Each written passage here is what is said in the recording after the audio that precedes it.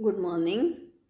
आज हम पढ़ेंगे बीएससी पार्ट सेकंड का पेपर फर्स्ट, जिसमें हम पढ़ेंगे structure and function of invertebrate types. इसमें हनी बी के बारे में, मधुमक्खी एपिस।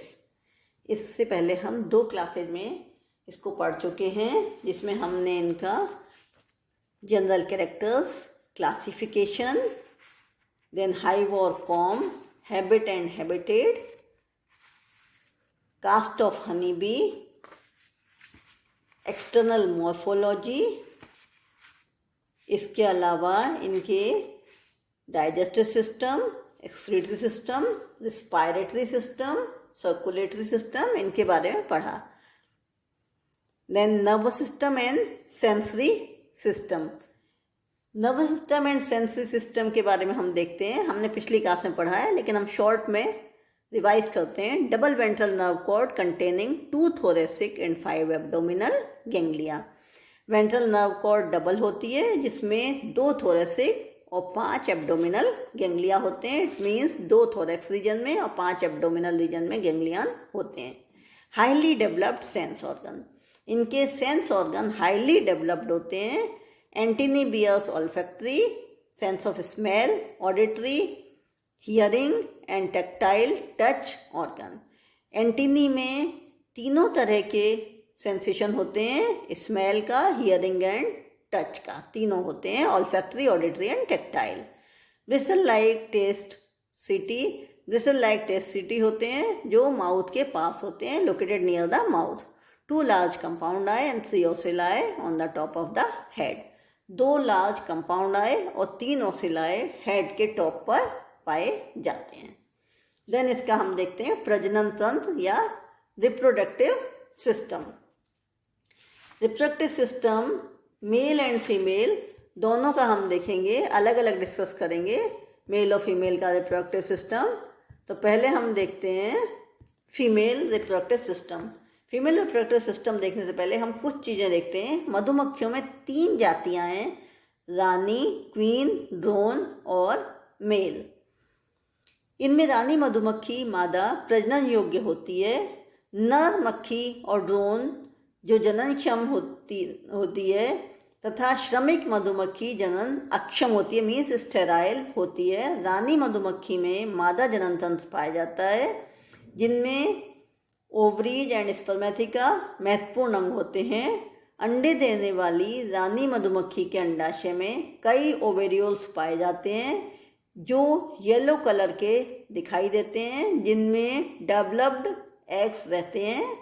ये एग्स अंडाशयों की नलिकाओं से धीरे धीरे नीचे उतरते हैं एवं डेवलप होकर बड़े हो जाते हैं। ये परिपक्व अंडे ओविडक्ट्स में आ जाते हैं, जहाँ क्वीन हनी बी इन अंडों को बाहर निकालती है और रानी मधुमक्खी में एक शुक्रगोयिका पाई जाती है, जो नॉप्शियल फ्लाइट के समय नर मधुमक्खी या ड्रोन के साथ वैगिंग डांस करते हैं। स्पर्म का संचय उस समय किया जाता है। एक बार ग्रहण किए हुए स्पर्म जीवन पर्यंत, जब तक रानी मधुमक्खी अंडे देती है, वहीं रहते हैं। इन स्पर्म के द्वारा एग्स का फर्टिलाइजेशन होता है और स्पर्म्स कई वर्षों तक जीवित रहते हैं। नर या ड्रोन हनी बी में मेल रिप्रोडक्टिव ऑर्गन पाए जाते हैं, जो एक ही बार काम आते हैं। ये नॉप्शियल फ्लाइट के समय, कॉप्यूलेशन के समय काम आते हैं। उसके बाद नर मधुमक्खी मर जाती है। कॉप्यूलेशन प्रोसेस हवा में होती है, जिसमें नर मधुमक्खी स्पर्म्स को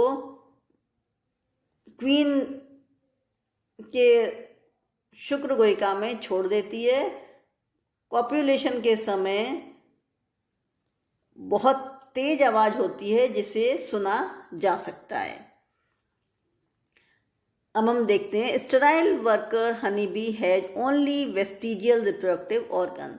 जो स्टेराइल वर्कर हनी बी होती है, इसमें वेस्टिजियल रिप्रोडक्टिव ऑर्गन होते हैं। Female reproductive system of queen bee includes a pair of ovaries, a pair of oviduct that unite from vagina and a large spermatheca for storing spermatozoa. जैसा कि सभी में होता है, जितनी फीमेल्स हैं इनमें जो मेन रिप्रोडक्टिव ऑर्गन होता है ओवरीज होता है. देन ओवरी से अ पेयर ऑफ ओविडक्ट निकलती है जो यूनाइट करती है जाती है विजाइना में. इसके अलावा लार्ज स्पर्मेथिका होता है जहाँ स्टोरिंग होता है स्पर्मेटोजोआ का, क्योंकि स्पर्मेटोजोआ काफ़ी टाइम तक स्टोर रहते हैं.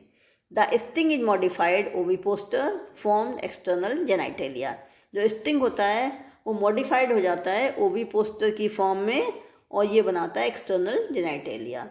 इन oogenesis मियोसिस अकर. oogenesis के दौरान मियोसिस होता है, मीन्स अर्धसूत्री विभाजन होता है. देन मेल रिप्रोडक्टिव ऑर्गन, जैसा कि पता है मेल रिप्रोडक्टिव ऑर्गन में मेन ऑर्गन होता है testis. Then accessory reproductive organs होते हैं vasa deferentia, seminal vesicle, accessory gland, ejaculatory duct and copulatory apparatus. ये सभी एसेसरी रिप्रोडक्टिव ऑर्गन होते हैं. तो अन्य जंतुओं के समान इनमें भी male reproductive system of drone consist.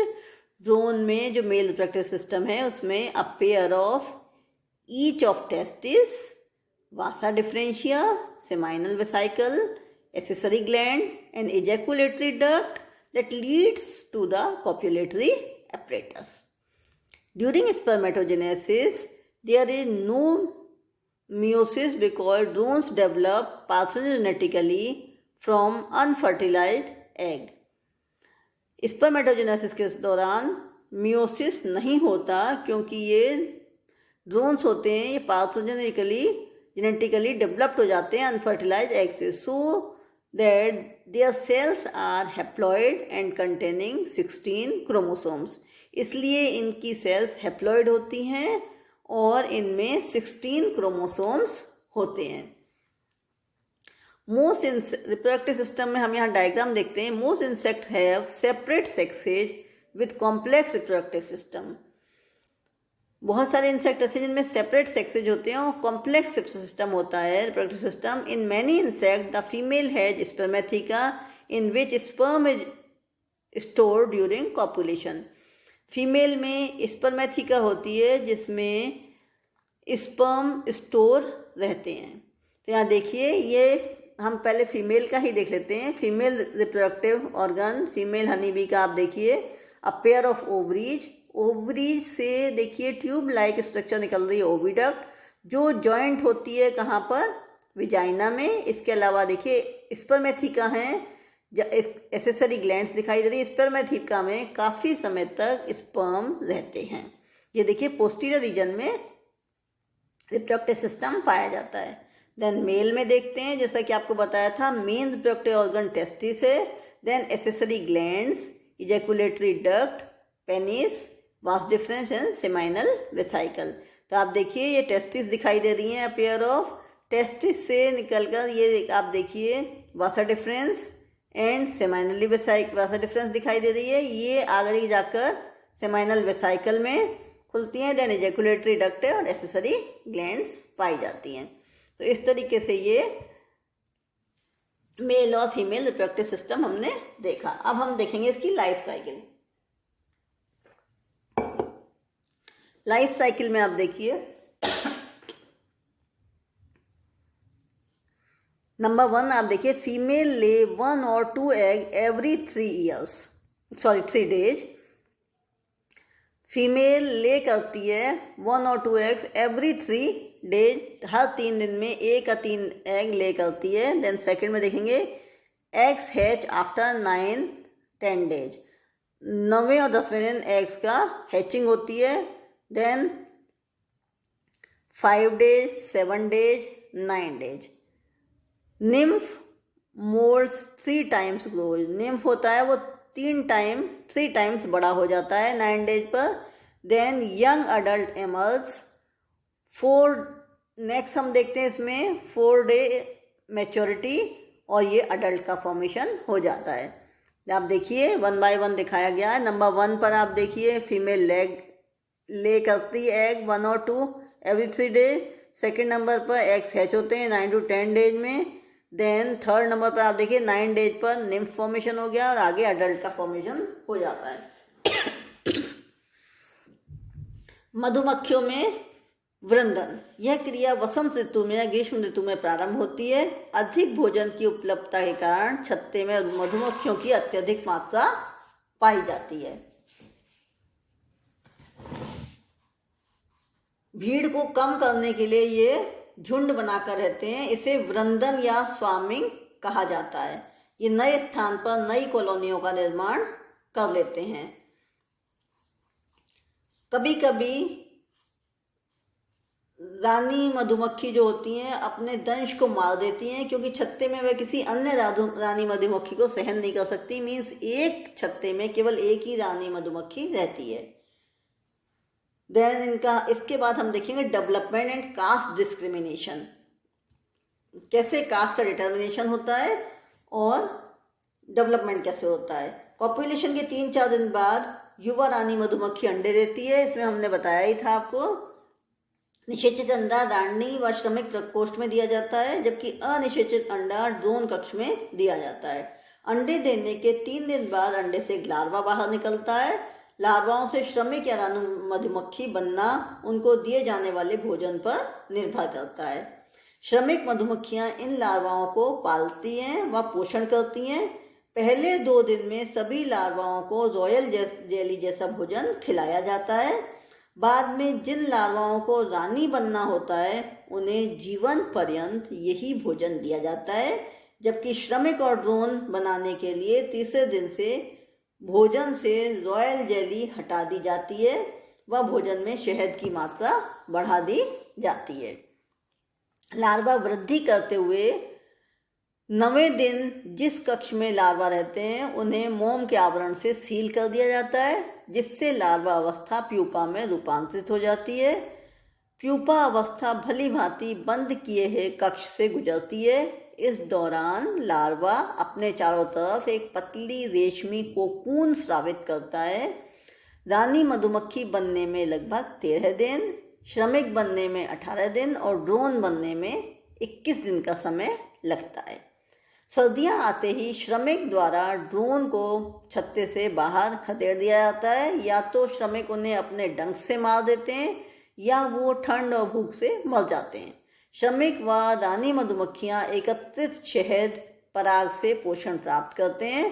वसंत ऋतु आने पर फिर नई रानी मधुमक्खियां और ड्रोन विकसित हो जाते हैं। तो इस तरह से हमने मधुमक्खियों के बारे में देखा। इनकी इकोनॉमिक इम्पोर्टेंस भी होती है। इनमें इकोनॉमिक इम्पोर्टेंस है, आजकल इनको पाला जाता है जिसे एपीकल्चर नाम से जाना जाता है, और ये जो शहद है ये काम में लिया जाता है। जब शहद प्राप्त करते हैं तो आपने देखा ही होगा धुआं करके मधुमक्खियों को उड़ाया जाता है और बाकी जो होती हैं उनको मारकर शहद को एकत्र कर लेते हैं। और इसके अलावा फिर इनको एकत्र करने के बाद छाना जाता है मधुमक्खी से। इसके अलावा वैक्स भी प्राप्त होता है जिसे बी वैक्स कहते हैं, बीज वैक्स, ये भी काम में लिया जाता है। तो हमने आज पढ़ा हनी बी के बारे में, इसके बारे में नर्वस सिस्टम, देन इसका रिप्रोडक्टिव सिस्टम, मेल और फीमेल रिप्रोडक्टिव सिस्टम, इनके बारे में पढ़ा, इनकी लाइफ साइकिल के बारे में, देन इनके जीवन की कुछ विशेषताएं, इनका डेवलपमेंट और इकोनॉमिक इम्पोर्टेंस। Thank you.